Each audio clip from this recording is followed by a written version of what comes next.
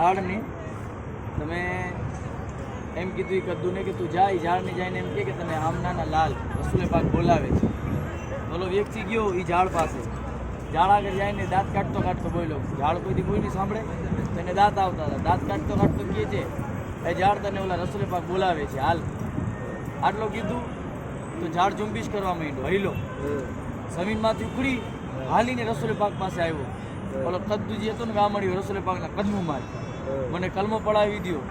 ઝાડ આવીને રસૂલે પાકની બારગામાં દરૂદ પડવા માંડ્યું, સલામ કરવા માંડ્યું, અસ્સલાતુ વસ્સલામુ અલૈકા યા રસૂલલ્લાહ. તો ઝાડને અરબી જબાનમાં કહેવાય શજર. હવે એ ઝાડ ક્યાં હતો? આ મસ્જિદ છે ત્યાં. આ મસ્જિદનું નામ જ પડી ગયું મસ્જિદે શજર, ઝાડવાળી મસ્જિદ. આ મસ્જિદ એ ઝાડ અહીંયા આવ્યો હતો રસૂલે પાક પાસે હાલીને. આ જ જગ્યાની નિસ્બતથી અહીંયા મસ્જિદ બનાવી. ઠીક. હવે બીજી વાત, એક મરતબા રસૂલે પાક સલ્લલ્લાહુ અલૈહિ વસલ્લમ આગળ જિન્નાતુનું લશ્કર આવ્યું. એ અમે તમારા હાથમાં કલમો પડવા માંગીએ છીએ.